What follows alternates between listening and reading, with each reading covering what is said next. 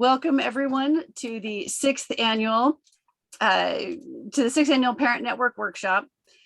We are pleased to have you join us for handling suicidal ideation at home, what parents need to know.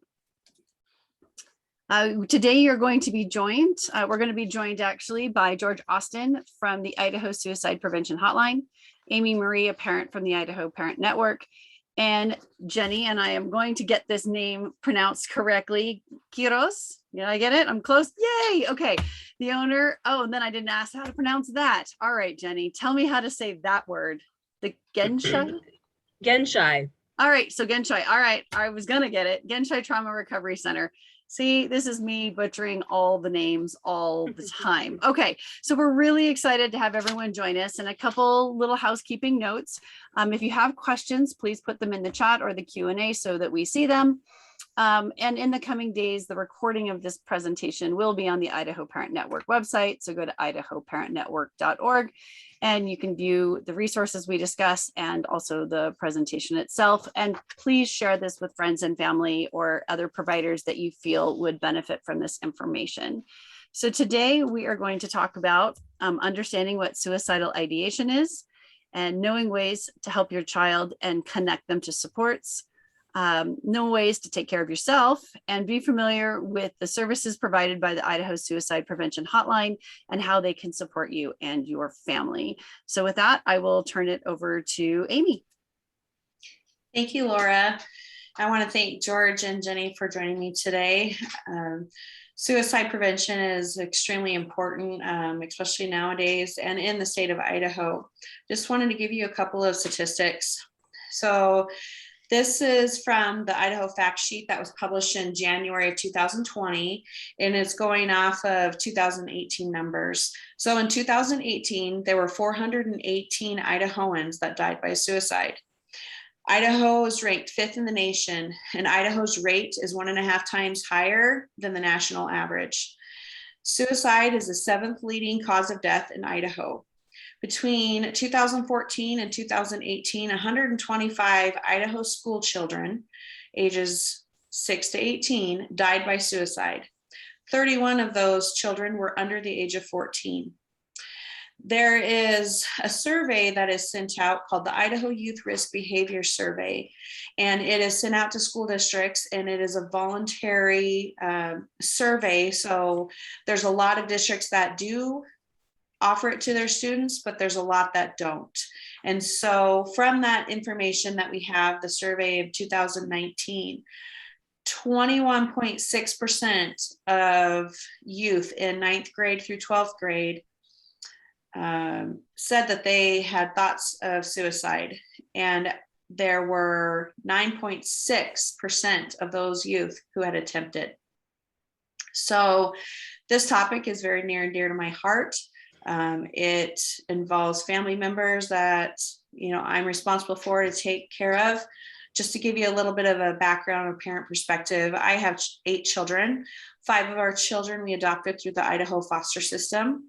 And my 3 biological children have a trauma from the passing of their dad and also things that they have experienced.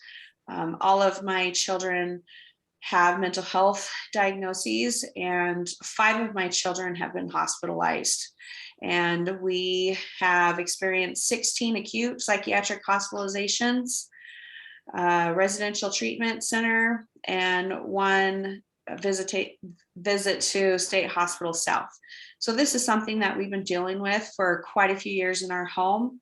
And we wanted to talk about this because there's a lot of families that have mental health concerns, and their kiddos can have what we call chronic suicidal thoughts. And it's hard to determine when is it appropriate to hospitalize them, and what can we do from home, and what are the resources that we have. So next slide, please. I'm going to have Jenny go over this and discuss what suicidal ideation is.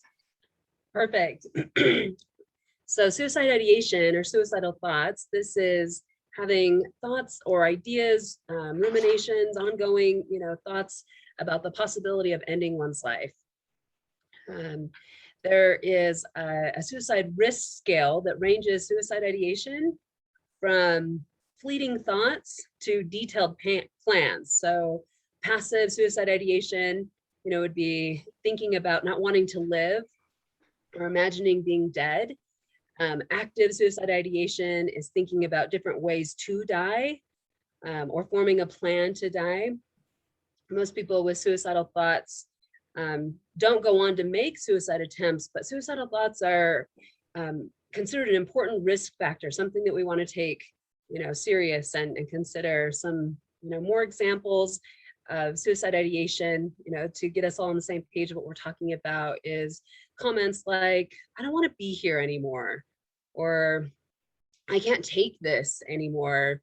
I want to die. I wish I could die. I wonder what it would be like to go to sleep and never wake up again. Life's too hard. And sometimes even more direct, like I'm going to kill myself.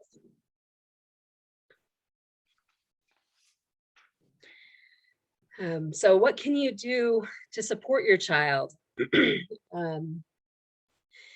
Remembering that suicide prevention at its very core is about relationships. Strengthening and attending to our relationships. This is going to be a lifelong pursuit, something that we're always going to work at. A key factor that can lead to suicide is the person who's feeling suicidal often feels isolated or disconnected from others. They have this presumed thought that they're a burden, or that they're not wanted, that they're alone in the struggles that they're facing. The best suicide prevention is connection. This isn't to say by any means that if you've lost someone to suicide, that you could have or should have done more. That's not the point here. It is just focusing on what can we do now to strengthen our relationships, to improve our communication, and recognizing that a very close relationship is not 100% guaranteed that you won't have someone that you love struggle with suicide or even attempt. Suicide's way more complicated than that. How do we strengthen our relationships? A few things that we can do as adults is working on how we react to things, not freaking out. That's a hard one. I think sometimes when you've got a lot of pressures and demands on you and emotions run high. As a therapist who's met with thousands of teenagers at this point, I would like to highlight and encourage you to remember that kids actually want to talk to you. Your teenagers, they can be a little bit scary. They're often really good at making it awkward and uncomfortable to have conversations with them. It's one of their defense mechanisms. Like porcupines shoot quills, teenagers, they roll their eyes, they sigh, they fold their arms, they look away, they, put on hoodies over their heads. They do these things that make them a little bit prickly to keep their autonomy. That's part of healthy development, but sometimes it can make it hard to, engage with them when they're like that over and over again. These kiddos that I've met with have said that they want to talk to their parents. They wish that they could have some of the conversations that they're having in therapy with their parents. So I say that just to encourage you to hang in there with them, to keep doing your best, to connect with them, to talk, to not react to the prickly quills that sometimes happen, but recognizing that that's a normal part of adolescent development. Some other things that we can do is model healthy mental health habits, that we can recognize that our own mental health is an important aspect to caring for those around us. The saying, you can't pour from an empty cup, ends up being, very, very true. And so doing the things that allow us to have really good mental health, or to address our mental health as we, deal with life's array of emotions. Jenny, can I say something about that? Yeah. I think it's important as we are doing that. Some of the ways that we do that is self-care and self-soothing activities, and also setting healthy boundaries. And I think it's important to actually use the language so they understand why you are doing that. You know, I remember years ago, it was so hard for me to understand that self-care wasn't selfish. That's the way I looked at it. Self-care and self-soothing would be selfish if I'm putting myself above my children. And I have a lot of children with very high needs, and it was extremely difficult to find time to do that. And a lot of times the kids would melt down. They would get very angry if my husband and I were to go on a date, or, we feel strongly about taking our kids out on one-on-one dates. And it used to be that when it was somebody else's turn, then chaos would break out and people were very jealous and upset. And so over the years, luckily things have gotten easier in that department. But I think it's important that when we are setting boundaries, we need to tell our kids why. Mommy needs a break. Daddy and I, we go out to do that so we can rejuvenate, so we can feel better, so we can have time away. Make it a part of your life and explain to them what they're doing so you can model that behavior for them. And also, setting healthy boundaries and stepping away when you have too much going on your plate.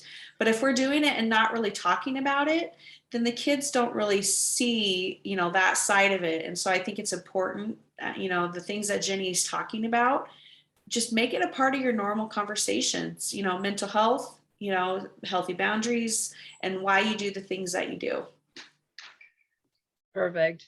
Yeah, I think that's such an incredibly important point, that we use the words, that we say, what's going on, why we're doing the things that we're doing, that we even use the vocabulary around what emotions we're feeling. We name them, that this is where they're gaining their own reference for how to talk about mental health, how to talk about when they're feeling sad, how to talk about when they're anxious. We can really demonstrate that. Well, that social emotional intelligence is really important, and giving those words to kids. I mean, I remember not even knowing what the word anxiety meant, not knowing that I'd had it my whole entire life until I was an adult seeking treatment for my own child. So I think that's really important. Yeah, absolutely. We have to recognize our society still has a stigma associated with mental health versus physical health. And the two are just so important together. By modeling that you value mental health, you're modeling a decreasing stigma. Well, and a term that I've heard recently is, mental health is brain health. We're talking about the organ that controls our body. Why wouldn't we? It's part of our body. And as I've been involved with mental health advocacy work in the last 4 or 5 years, that is something that we butt up against, is that stigma. But I can tell you, and maybe it's just the circles that I'm running in, I'm noticing a change. I'm noticing that people are talking about it more. I'm noticing that, you see commercials, you see movies that you're watching or series, and they're talking about mental health and talking about reaching out. And I love that they're showing characters like men reaching out. Let's normalize that men and boys, and teenage boys, they have a brain. They need to take care of their mental health just as much as the rest of us. And so just trying to normalize it, I think, is super important. So Jen, you want to talk about when you're talking about checking in with your child regularly, what does that look like? Absolutely. Yeah, so another thing that we can do to show support to our children is checking in with them beyond just like the day-to-day tasks and chores and homework. But again, here's another place where we can increase emotional development and health by asking specifically, how are you feeling? It seems like you're sad. Is something bothering you? Would you like to talk about it? That we can really use some specific language and dig in, that we're there, we want to know, we're available. And again, we might have some of those walls come up, and that those prickly Absolutely. porcupine quills that we have to deal with, but doing those check-ins. And then, you know, a final thing I'd say on this is being able to trust your gut, that you know your kids, you see them, you interact with them every day. And I think, you know, we get these senses when things seem a little bit off, that we can ask even more so during those times, like, are you okay? Is everything okay? It seems like, you know, you're off a little bit, that you can trust your gut. You know your kids. All right, what to do when someone is suicidal? You know, each one of these things we could probably spend a whole hour talking about, breaking it down. So I, you know, want to acknowledge that this is kind of an overview here, but some of the things we can do is be there for them.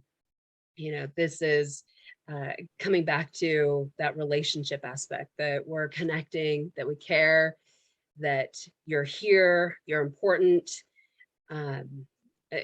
Is something that we can do. Being honest with your child, you know, having someone who's going through a mental health crisis is hard. It's emotionally taxing. And being able to, at the same time, express that you love and care about them and that you're there for them. It's okay to be honest and express what the experience is like for you too, that you don't have to hide that from your kids. Your kids know. And the more that we're just open and authentic, the more that we're creating that bond and there's security there. Even if it's not always what they want to hear, they know the truth. You know, we're not fooling them by pretending to be different than what we are. Well, and sometimes I notice, you know, my kiddos will point out that in those times where what we call it in our house, when we're on suicide watch, it's extremely emotional. It's extremely taxing. The anxiety is up, you know, there's a lot going on, and it is easy to come across as being upset and agitated and angry when that's not what you're conveying. You know, the emotion behind that is we are scared. And being able to verbalize, I think that's important to be able to verbalize it. Something that we've been experiencing in our home more recently is, you know, as a child is in the hospital, it's been interesting to watch the older children who have been through this before actually notice the toll that it takes on us as parents. And they are reaching out to me and checking in, are you okay? You know, and I get to explain to them how difficult it is to be on the other side. And, you know, the times that they were in the hospital, they're thinking, you know, they have their own thoughts about what mom and dad are doing and thinking, and, you know, possibly thinking, oh, this is just a break for me. They just want to get rid of me, not realizing how emotional it is to have your child, you know, be away from you and worrying about them. And so, you know, as my children age and they get to see it from a different lens and perspective, I think it's been eye-opening for them. Makes sense. Yeah, that makes sense. Another thing we can do is we can offer help, and we can offer to get help. You know, we can open up conversations with what do they think would be helpful for them. And, you know, if they're asking for therapy, it's okay to connect them with those resources. You know, sometimes I think we can have different reactions to that and be concerned about, is that really the right thing or not? But I think that, you know, if they're asking for it, it's okay. And really is the time that it leads to the best outcomes is when they're seeking it themselves, when they want to do that. And they have buy-in. They have buy-in. Yep. Another thing is getting them involved in something, you know, if they're willing. And sometimes we have to be the ones to keep on persisting with the idea that they get involved in something. Activities can be a healthy way to connect with others, to help find meaning and purpose in life. Another thing we can do is we can have an open mind. Sometimes, you know, when someone is struggling, it can be hard to know, where's this coming from, especially if, you know, you're looking at the big picture and seeing, like, you know, really everything is, they have everything that they need, that really things are fine. that what they're going through really will pass, with perspective and time. And we've been around the block, we know those things, but sometimes just stepping back and having an open mind to hear what's going on with them. Another thing, to be mindful of is that there's very often a change in mood, that at one moment you might feel like you're connected and on the same page and moving in the same direction, and the next minute be completely off, and they're upset and they hate everything and hate everyone, and again, that porcupine. So being prepared for that, knowing that that is very much part of what happens when someone's suicidal. Something else that we can do is we can get professional help. There are great resources out there to offer support during these times. Mental health counselor, there are hotlines. That's one of the things we're going to talk about. There's resources out there where you can get help. It's important to not try and force someone to talk. Putting pressure on someone to talk about what's bothering them can make it worse. It can lead to a power struggle, and then that's never a good thing between people. But offering the opportunity to talk, that you're there. So Jenny, what do we do from a parent's perspective, when we know our kid's struggling and we're trying to gauge, have we crossed the line into, they're unsafe, they have a plan in place, or they're thinking of ways of hurting themselves. If we can't get our kiddos to talk, what do we need to do at that point? Yeah, that's a great question. I think assessing what level of shutdown they're at, like if they are, of course, really closed off and unwilling, then that suicide risk is higher. Right. And we may take actions, without them being able to tell us what's going on. And but that is something that we want to be mindful of. When it is maybe less intense, coming back to it, continuing to revisit the conversation. I'm concerned. I care about you. You're important. Can we go for a ride, or maybe setting up some of those opportunities to have one-on-one time to open up that conversation. Sometimes, the best ways are through, let's go do something that is, away from the intensity of let's sit down and talk one-on-one, but like, let's do something together. We have a comment from a parent that says, I knew we needed help when my child looked at me and said he wasn't sure why I had the right to make him live when he wanted to be dead. And that's true. Yeah. All right. You want to talk a little about, your last point there, talking about using crisis and safety plans? Yes. Yeah. Okay. So a crisis plan, safety plan, can be an important tool that we have available to us to identify what is a mental health crisis. How do we recognize that, the point that was brought out, that point shows that there's a mental health crisis there. Like, why can you make me live? Why is that okay? And recognizing then the need to reach out to resources. So having in our plan, who do we talk to?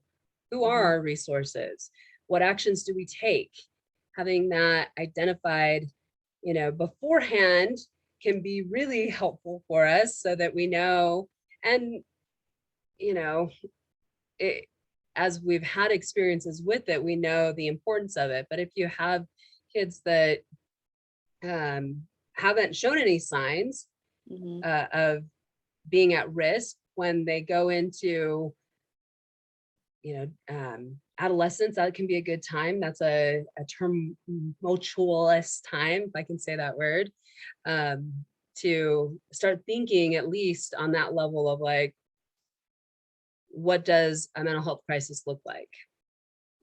And it can look different for everyone. Yeah. I like this. I like talking about self-care. So how do we take care of ourselves, Jenny? Yes, absolutely. Me too. I think this is an incredibly important one, that we remember that it is taxing, and that prioritizing self-care is important. That again, you can't pour from an empty cup. And one way that I heard it described that I loved and have held on to is, if you imagine that you had a vase that you had water in, and that you dumped it out on the things, like you're watering the flowers, and you dump it out and water those flowers. Pretty soon the vase is empty, and then it has to be refilled again. On the other hand, if we are filling the vase and we just keep filling and filling and filling and filling and filling and filling and filling, it fills all the way up, and then it starts to overflow and spreads, and that allows us to then be more connected to ourselves, to be able to respond to situations the way that we want to be able to respond to them. So when I think about self-care, I think about tuning in to ourselves and noticing what's going on and what would be helpful in the moment. Mm-hmm. That self-awareness piece. Yeah, that self-awareness piece, and the ability really to tune in that self-care isn't always, the big flashy things that we sometimes think about. That self-care could be taking a deep breath and just reconnecting with your body. It could be, journaling. It could be prayer. It could be, well, really importantly, it's boundaries. It's being able to say no, and to be able to define your time and your space, doing things that you enjoy. Taking care of yourself means getting support. That we're never intended to be an island, that we need people. We are pack creatures. That's how we operate. And so having in mind, who do you reach out to? Who are the people that you run ideas by? Mm-hmm. What family or friends do you have that can be sounding boards for you? Whether it be in like the mental health crisis specifically, or just like outside of all of that, that you're a human being too, a person who has thoughts and ideas and needs to connect with other people. Educating yourself on mental health issues is something that you can do to take care of yourself. Recognizing, what is mental health? What is that exactly? What are mental health concerns? What are issues connected to that? I wanted to share just a few of kind of my favorite books, at least recently. That seems to change as life changes and new books come out, but a couple that have really stood out to me lately is, there's a book by Oprah and Bruce Perry called What Happened to You. Yes, I read that when that came out. I loved it. Yeah, it's a great book of just shifting our focus from what's wrong with you to what's going on, what happened, recognizing that our experiences have an impact on us. Absolutely. The Whole Brain Child by Dan That's Siegel another good one. is a really good one. Burnout by Emily and Amelia Nagoski, talking more about like stress and anxiety and what do we do and how do we identify those things. And they have a great way of even normalizing it, that like this is something we all experience on some level, and here's some practical things that we can do. I love going into a new office and looking at their bookshelf and seeing what books we have in common, because there are a lot of great ones out there. There's a comment from a parent, and it goes right into what you're just about to say. She says, mental health podcasts have been a lifesaver for me because I don't always get the quiet, uninterrupted time to read. And I know, Jenny, that you have some podcasts that you recommend that you like. Do you want to share that with? Yeah, absolutely. With everyone? A few that I've found, and I love, just like you said, the ideas that get generated when you start to share, because there's so many tools out there that it's hard to know what all of them are, but a few that I really enjoy are Therapy Chats podcast, Therapist Uncensored podcast is kind of like it's a behind the scenes look at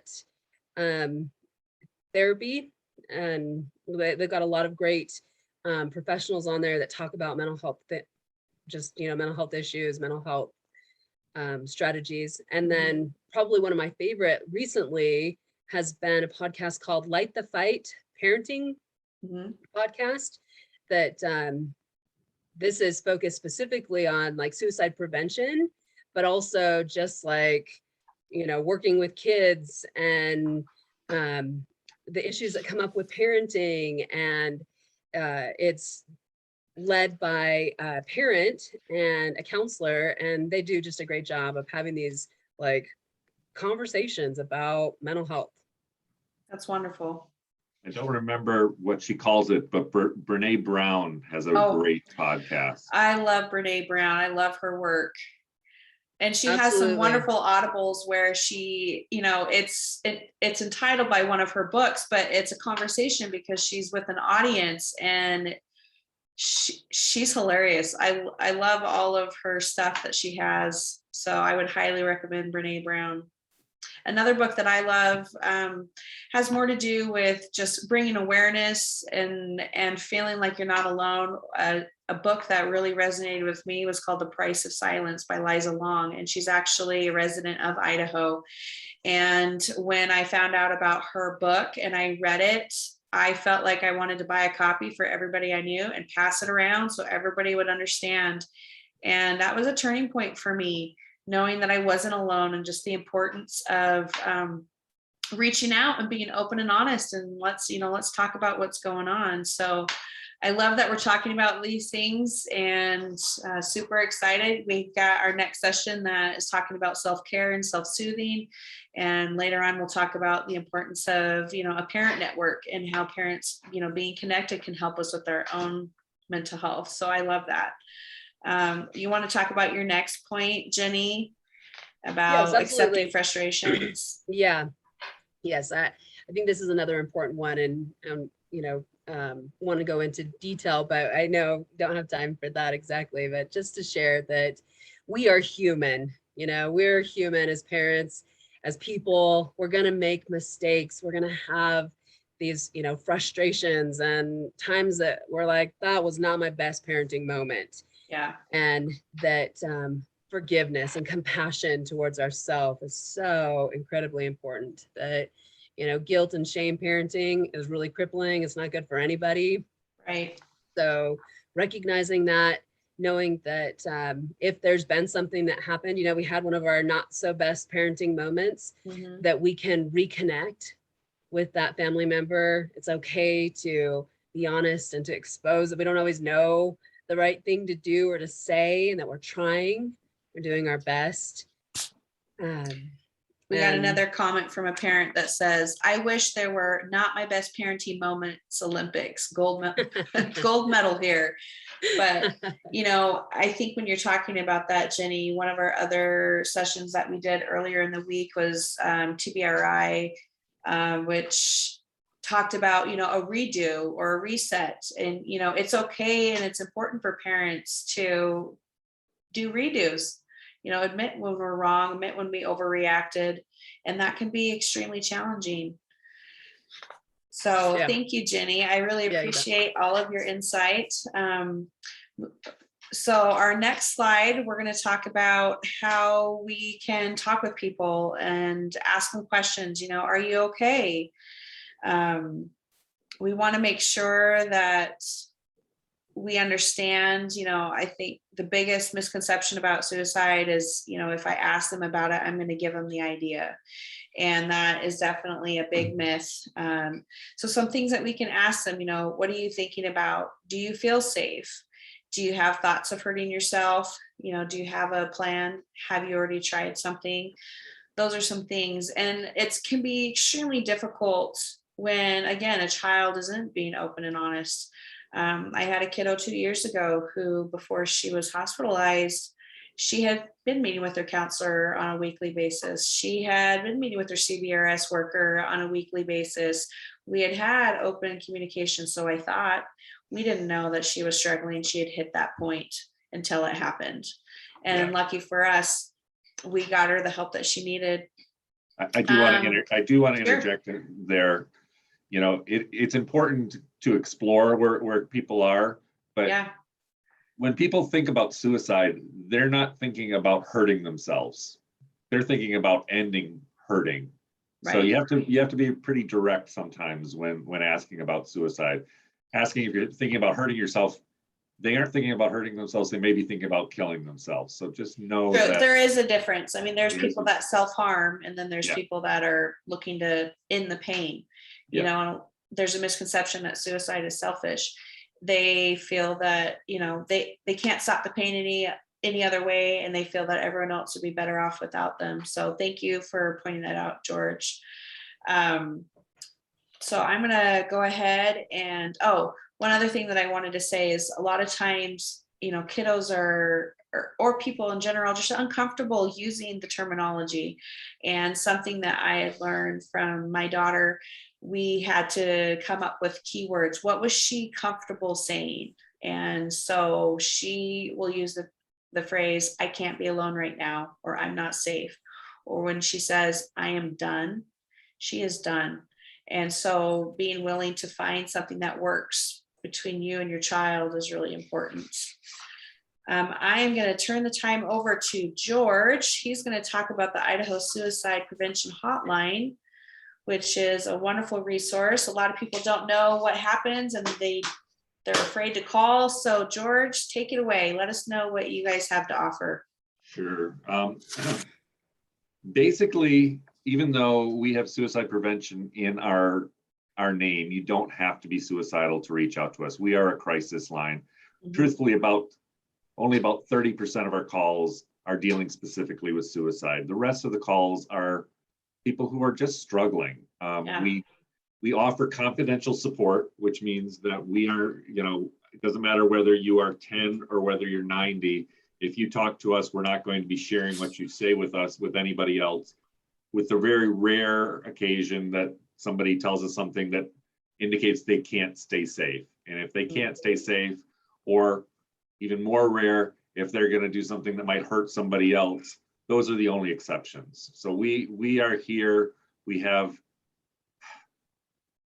people who have been trained, people who have lived experience picking up the phones. They are able to make connections with people. We've had over 78,000 contacts since we launched. We started because there was no hotline in Idaho. There was, you know, and Idaho has always been in the top 10 for per capita rates of suicide since I've been here. It's you know, and I've been here this century. People often don't call us, or when they call us, they're afraid to mention suicide because they think we are going to, you know, as soon as they say that, we're going to send the cops to their door. And that is the last thing we want to do. I mean, the truth is, you always want to give people as much power as you can in controlling their own help and getting their own help. Sometimes you do have to take somebody to an emergency room, but that's a lousy place to get help. We need to keep you safe. Calling for dispatch or for mobile crisis to come out, that's really just about, we can't figure out a better way to keep you safe.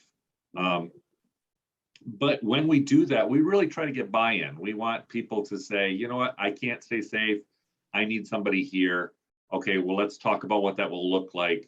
And then we stay on the phone with them until the help arrives, you know. So most of the time, people really recognize that they want help and that they're ready for it.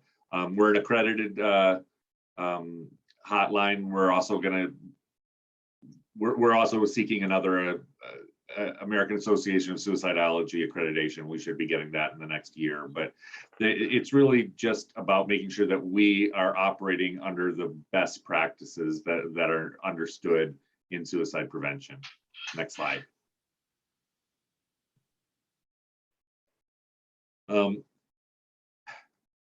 We have because of the way Idaho is, there's a lot of places in Idaho where you can't just go down the street to find a counselor. So, you know, we are, for many people, an entry point into the mental health system. One thing that this past year and a half that we've all struggled through has done, it's actually opened up a lot of opportunities for people in Idaho that they previously didn't have, with the advent of telehealth and you know, being able to connect with a counselor who may be, you know, a 2-hour drive from you is really great for somebody who lives, you know, in frontier Idaho. It's there are a lot of places where it's really hard. But even when you have a counselor, counselors work on schedules, and counselors have their own lives and have to have their own boundaries to be able to function. So they're not always accessible. We are 24/7. You know, you are having a mental health crisis at 2 o'clock in the morning and you don't want to wake anybody else up in the house, you can reach out to us and we'll be there for you.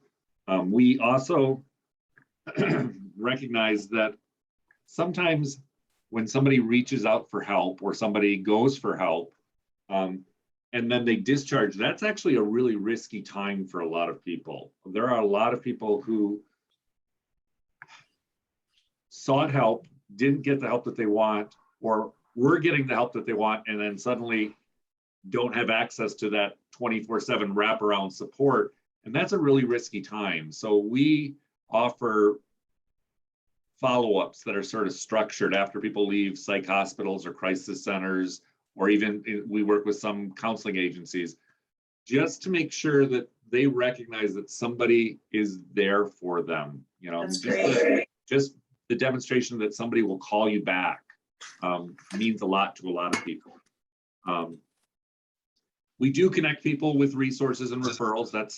That's important, but it's really not the goal. Our goal is to get people out of crisis so that they can see what their options are. When you are in crisis, frequently you just don't have the perspective on what you can and can't do and what you can and cannot access. Okay, next slide.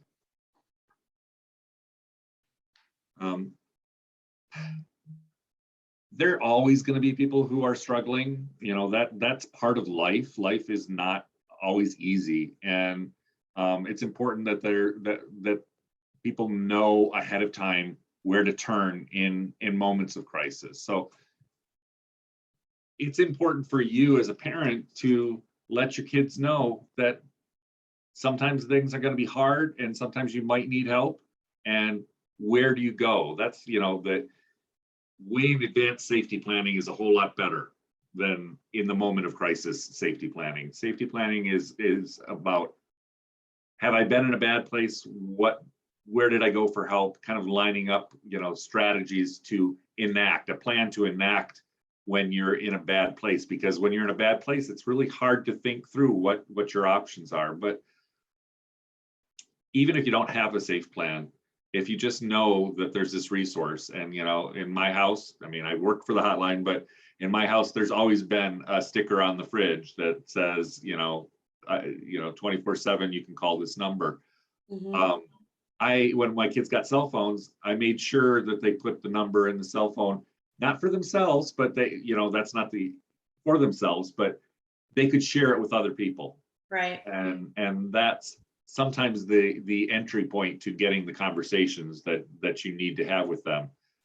Some kids won't talk about their own problems, but if you ask them if any of their classmates are struggling, they'll start talking about that. And sometimes they'll test your reaction by throwing some of their own issues into that conversation. Yeah, there was a slide about invitations. Invitations are things that we get. You know, you get a wedding invitation, it's nice and formal and it tells you all the things. But with teenagers, with anybody who's struggling with mental health issues, the invitations that they put out tend to be less obvious.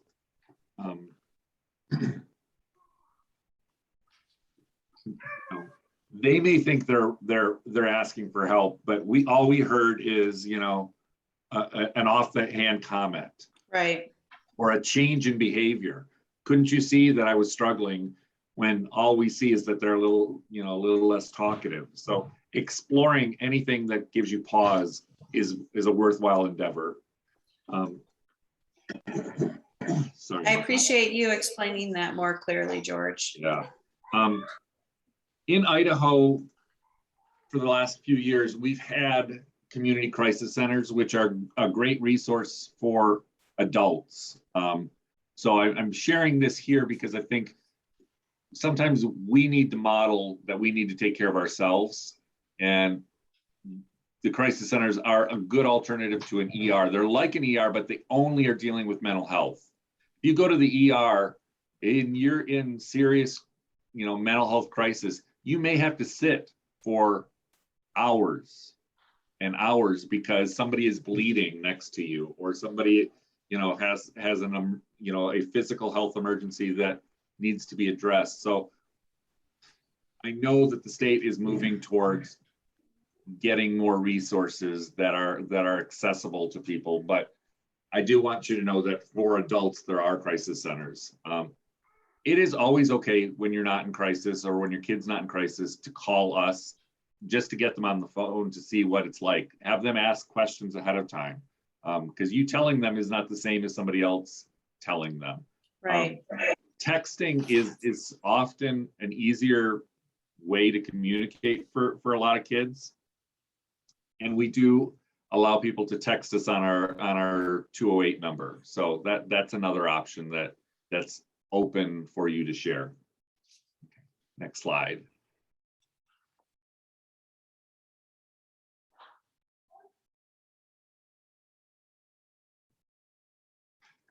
Suicidal ideation, that we run the gamut from, not wanting to wake up, not, just not having energy to engage, to people, actively, suicide is in progress. We get a couple of those a month. People have already done something to start harming themselves, and suicide is not an easy thing for people to do. There's a lot of your instincts kick in, and so sometimes somebody will start and then they'll call us, and then we need to make sure that they get the help that they need. Non-suicidal self-harm, that is something that not everybody recognizes. That is something that a lot of kids do, a lot of adults do even. It is controlling a pain to distract you from other pain. It's usually substituting a physical pain for an emotional pain. By itself, it can be really scary to find out that your kid has, been using a razor blade to cut themselves. But by itself doesn't necessarily mean that they're trying to kill themselves. What people who do that have learned to do, though, is to inflict harm upon themselves. So somebody who is a cutter, who does burn themselves, or who does inflict some self-harm, is a higher risk if they become suicidal, because it's easier. The threshold is easier for them to traverse if they get to be suicidal. So, and it also can become something that becomes addictive, and it's something that frequently really requires a professional to come in and help them sort of deprogram themselves to find a way to find healthier alternatives to that kind of behavior. Most of the people who are calling us are dealing with anxiety or depression or loneliness. Those are really common themes. With kids, with adults even, feeling excluded, feeling bullied. Jenny said that, connections are really important. Connections keep us safer, but when you feel like those connections have been severed, when you don't feel connected, that's really hard. Relationship issues where, breakups are painful, and don't minimize what a teenager feels like if they've lost, the love of their life. They believe that was the love of their entire life, not just, the 3 weeks that they've been together. It's how they feel. You have to recognize can be really life and death for them. You know, there are a lot of people who are really damaged early on, adverse events that happen in their childhood, traumatic events that happen in their childhood. So there are people who will share with us that they've been, you know, victims of crime. And if they're kids, sometimes that means that we need to get involved and figure out what we can do to get them safe. But trauma has a lasting impact, and a lot of people carry that trauma around, and unless they process it, you know, unless they deal with it, it comes back and continues to deal with them.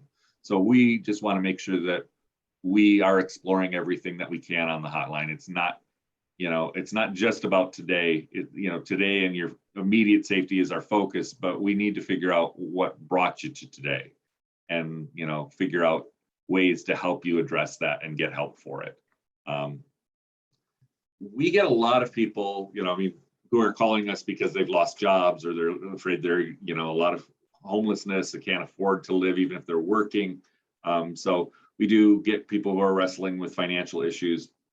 We get a lot of people who are calling us trying to figure out what to do with somebody in their life that they are worried about. And that's a perfectly great reason to call us. I mean, that we're here for you. And we also recognize that when you're dealing with somebody else's trauma, that's traumatic for you. So we are, you know, if you call us because your 17-year-old said the word suicide and you don't know what to do, we may also ask you, are you, you know, has that triggered any thoughts of suicide for yourself? It's important for you to recognize that. It's important for you to get help for yourself, but you can also, you know, you can do more than one thing at a time. You can address your needs, and you can get help for somebody else. Crisis is an opportunity, you know, and we aren't freaked out by it, and neither should you be. You know, if something reaches that point, you know, you just can't put it on the back burner anymore. It needs to be dealt with. Kids are hard to get them to open to you. You know, you want to get an explanation, but the harder you push, the less likely it is that you're going to get the response that you want, because it becomes about control, and it's not about help. So if they aren't ready to open up to you, finding somebody that you trust, that they trust outside their peers, because, you know, peers, it's great to have a group of friends that you trust, but their brains aren't any more fully formed than your own teenagers' brains, and they don't always give good advice. In fact, frequently they give bad advice. So finding another resource for your kid is a good thing. We can be one of those. Counseling can be really helpful, but you need to get buy-in from them, and you also need to set the rules up front, because they can be having a really great relationship with a counselor, and then the counselor tells you some of what they shared, and they didn't know that was the rule, and suddenly counseling is not an option anymore. So right. Find out ahead of time, get agreement ahead of time what you and the counselor are able to communicate to each other, and make sure that your child knows that too. You know, counseling, medicating mental health issues, you know, there is not one size fit all for help for people. Some people really need and benefit from medication, and some people don't. There shouldn't be a stigma attached with it, but there is, and it doesn't work for everybody. And there isn't a test to see which medication or which counselor is going to work for your kid. It's a bit of trial and error. And so set that expectation up front and make sure that everybody understands that we, you know, first of all, a pill isn't going to fix anything. It may help. And a counselor isn't going to fix everything, but it can help. And it's really just about getting your kids to a point, or getting yourself to a point where you can help yourself and learn the skills that you need to help yourself. And counseling really is about skill learning, and it's about finding out what is important for you to do to take care of yourself. We do a lot of safety planning on the hotline, but a lot of our safety planning is about distracting. You know, you need to find a way to turn off these thoughts for a little bit so that the rest of your brain can process it. What can you do right now that's going to distract you from these thoughts, so tomorrow you can get up and make a phone call? Or, you know, there's nothing wrong with that, as long as they are healthy distractions. Panicking isn't help. If somebody does tell you, if your kid does tell you something, make sure you really acknowledge that. You know, you want to reinforce the positive things that they do. The cry for attention, you know, there are people who have multiple suicide attempts or make multiple suicide threats. Because of that, some people want to minimize it and not pay attention to it. But the fact is, the person who makes multiple attempts or the person who makes multiple threats is at risk. It's not it's not just a cry for attention, but it is a cry that they need something. There's an unmet need in their life, and trying to figure out how to meet that need is really important. Thank A couple you more for- slides. I do want to point out, find out if they have a plan.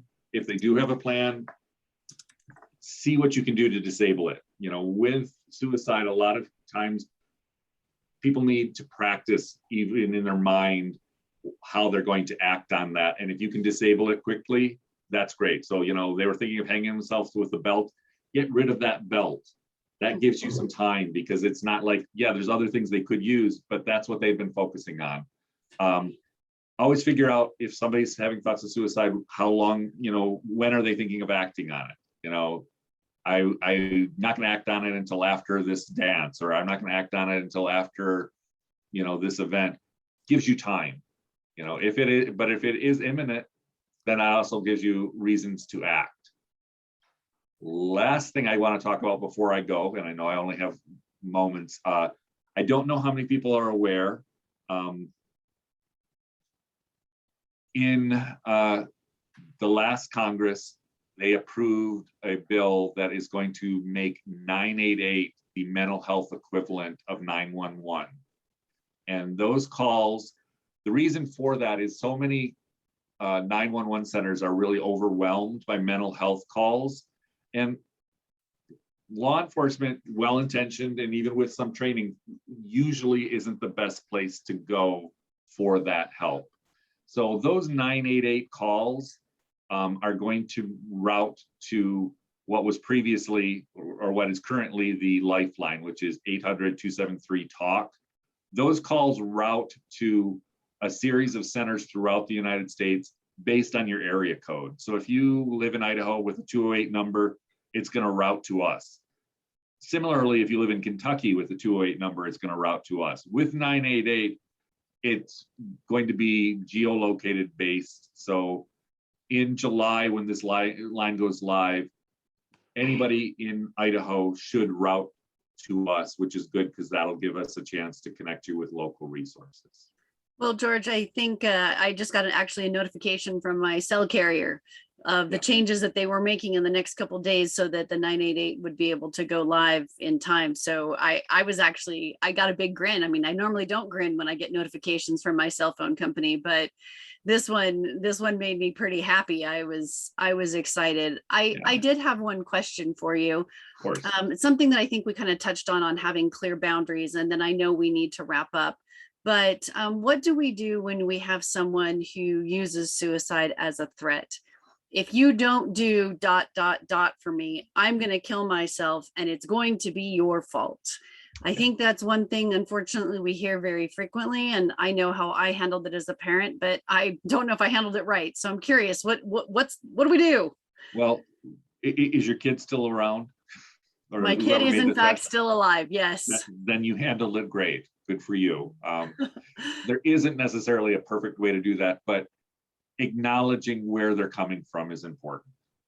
You know, and also expressing why you can't capitulate to their demand is important. You are not, you know, those kinds of threats are almost always about control. It's about somebody who doesn't feel they have control and they're trying to exert it.